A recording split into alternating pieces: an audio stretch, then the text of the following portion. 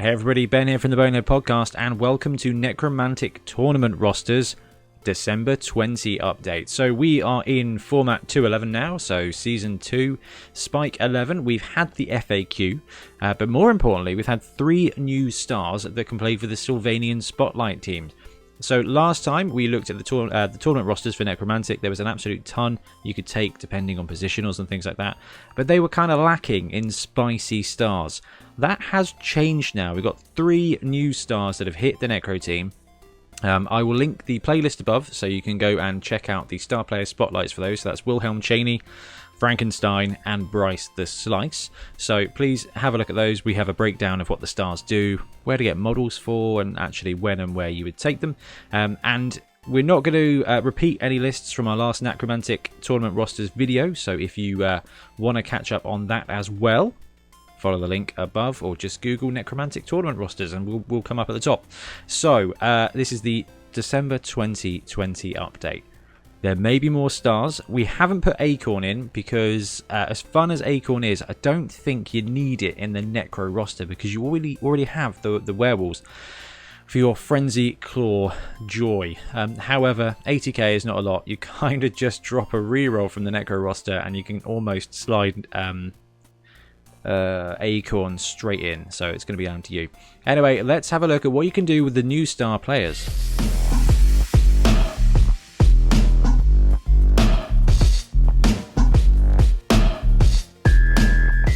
So as ever with the tournament rosters, we're going to look at some 1100 and some 1200. The reason is tournaments tend to be kind of from 1100 to 1250, 1300. So all these lists will give you some baselines so that you can kind of know what you can fit into those rosters and what you're likely to expect when playing in a tournament with those rosters.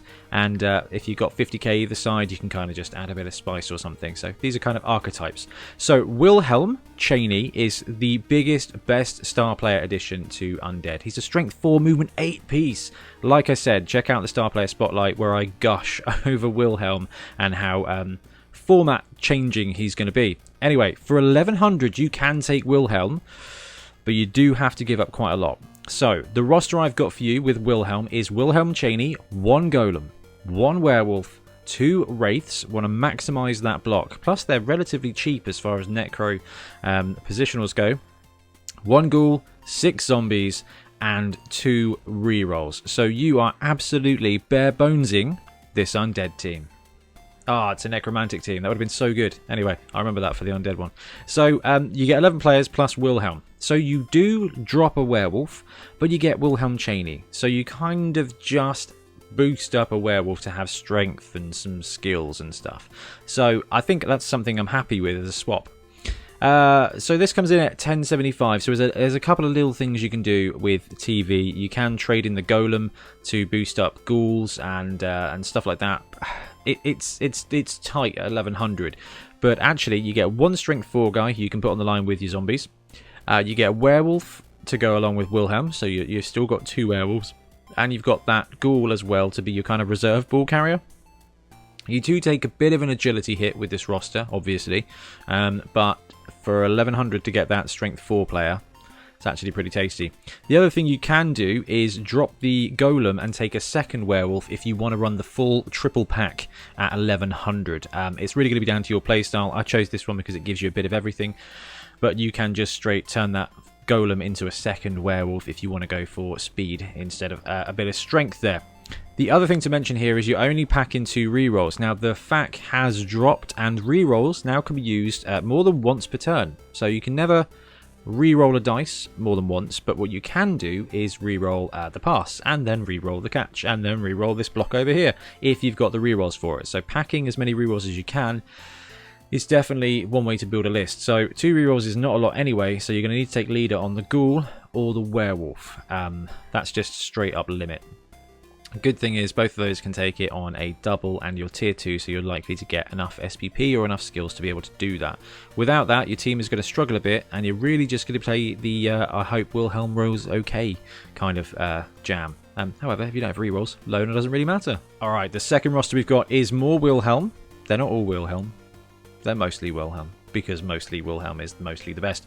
Anyway, Wilhelm mix here. So we've ranked it up to 1200 now. So this one comes in at 1190. You get Wilhelm. You get 2 golems. You get 2 werewolves. You get 2 wraiths. 5 zombies and 2 rerolls.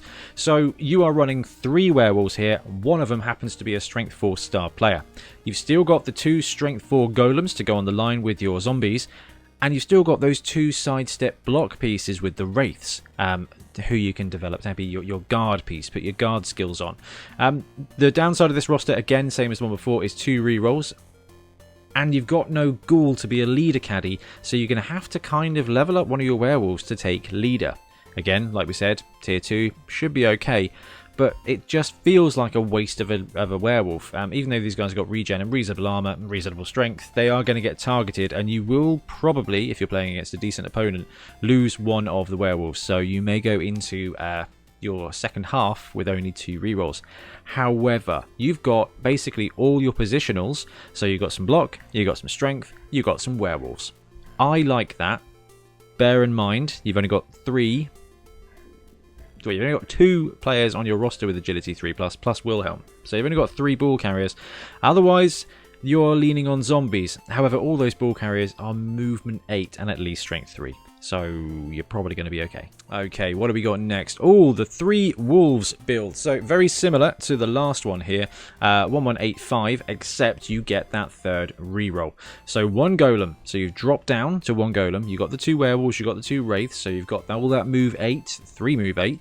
And you've got all that block that you start with the wraiths. You get 6 zombies here, taking you to 11 players. And you've got 3 integral rerolls. Now, the werewolf here is labelled as leader just because of what we said earlier. That now rerolls aren't limited to 0 to 1 per turn, so actually having that reserve means that if you need to do a werewolf pass to another werewolf or something like that, you can reroll the pass and you can reroll the catch, assuming you've got those rerolls. So definitely something to be aware of. What you can do is drop a reroll, take a ghoul instead of a zombie, and then level that ghoul up to be your leader caddy. So it frees up your 2 werewolves plus a Wilhelm to be your combat and scoring pieces. Obviously Wilhelm has got catch, and your other werewolves you're kind of looking at dodge or block, maybe one of each, maybe a bit of wrestle, maybe a bit of strip ball, I don't know, they're just great players.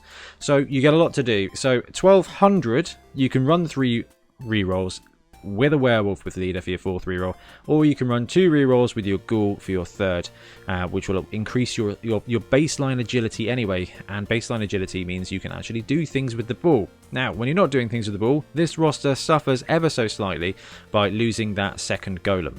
You've still got a ton of zombies, you've still got 2 block, you've still got 1 strength 4 here, and then you've got the strength 4 of Wilhelm to cover it. So this roster is slightly less powerful, but will be more consistent, and that will be down to you to choose how much risk you want to take.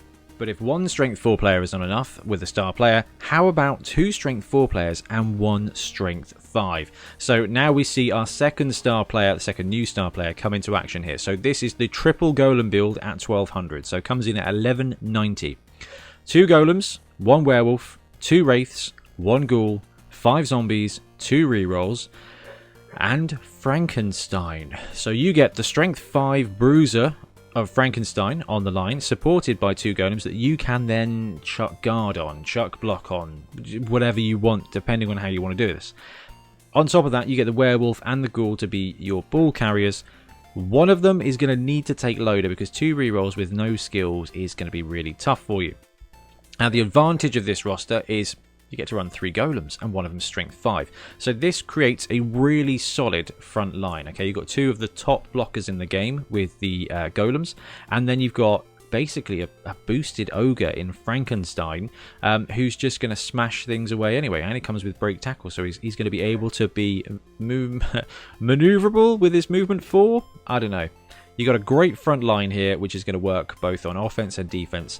1 werewolf and 1 ghoul means that your ball handling skills are real limited, and both of those players are objectively vulnerable. The ghoul is vulnerable. The werewolf is, when you got one of them, that it can be a target. So you may end up having to lean on a zombie to do the stuff. However, I mean, Frank is 4+ agility as well. It wouldn't be a terrible ball carrier. It's just a cool build that gives you strength. If you love Frankenstein and you love the golems, I can see you running this, because with 1 werewolf and 1 ghoul, you've probably got enough to win the 2-1 grind. And last up, we've got a fun roster for you here. We've got the Evil Dead 2 roster. Again, coming in at 1190.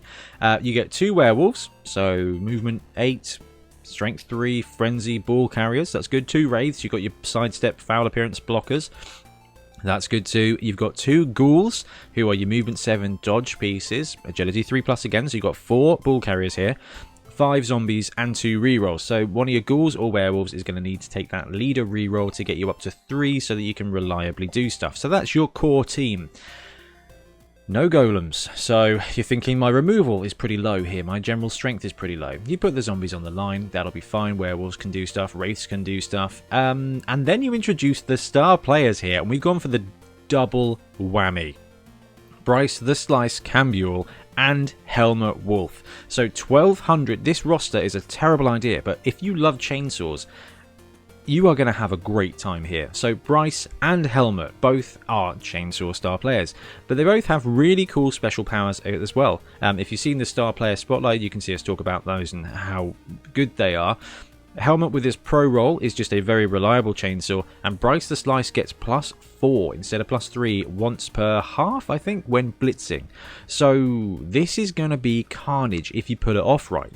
If only it was on a roster where you had regenerating armor 8 pieces that you can just put on the line and just get punched and punched and punched and punched. That's right, you've got all the zombies in the world.